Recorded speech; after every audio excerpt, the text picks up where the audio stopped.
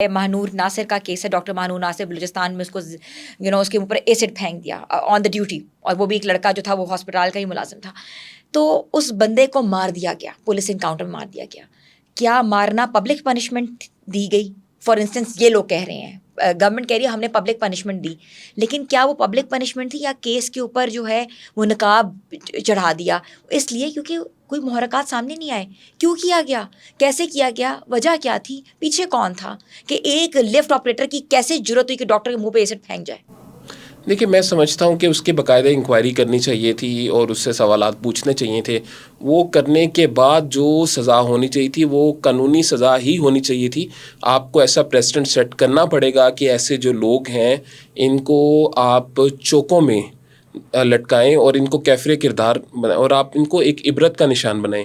لیکن جس طریقے سے بغیر ایک انویسٹیگیشن کیے ہوئے, اور یہ جو ہے نا یہ عدالتی نظام کی بھی کمزوری ہے. ایک ہمارا اسکول آف تھاٹ ہے وہ بالکل ٹھیک کہہ رہا ہے کہ چونکہ عدالتی جو نظام انصاف ہے اس کے اندر بہت زیادہ کمیاں ہیں, اس وجہ سے یہ جو کیا ہے وہ بالکل ٹھیک کیا ہے. لیکن میں بطور وکیل یہ سمجھتا ہوں کہ باقاعدہ طور پہ اس کو انویسٹیگیٹ کرنا چاہیے تھا, دیکھنا چاہیے تھا کہ کیا نفسیاتی مسائل ہیں, اس کے پیچھے کوئی اور شخص ہے, اس کے پیچھے کوئی ایک ایسے لوگ تو نہیں متحرک کہ جو آگے کی اس کی ایک مثال بنانا چاہتے ہیں, اور اگر اس کے پیچھے کوئی طاقتور شخص ہے تو اس کو سامنے آنا چاہیے. ایک تو وہ ہے جس نے تیزاب پھینکا, اس کے پیچھے کتنے لوگ ہیں, ہمیں ان محرکات کو جاننا چاہیے تھا, اور اس کے بعد یہ عدالت کے ذریعے, یہ قانون کے ذریعے قانون حرکت میں آتا, اور اس کے بعد یہ ایک ایگزامپل بنتی ہے ہماری سوسائٹی. بالکل آپ صحیح کہہ رہے ہیں. دوسرا case power versus celebrity life, آپ کو پتہ ہے انٹرٹینمنٹ انڈسٹری, ثاقب چدر اور مومنہ اقبال کیس.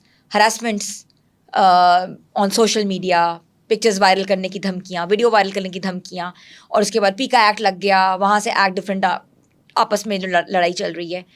کیا یوتھ کے اوپر ہم لوگ امپریشن ڈال رہے ہیں؟ ایک تو آپس کا تعلقات وچ کانٹ بی لیگلائزڈ, کیا یوتھ سمجھ رہی ہے؟ اس کے بعد اس تعلقات کی بنا کے اوپر ہراسمنٹس, اس تعلقات کی بنا پر آپ نے ایک طرف پاور ہے آپ کی اور ایک طرف عورت ہے.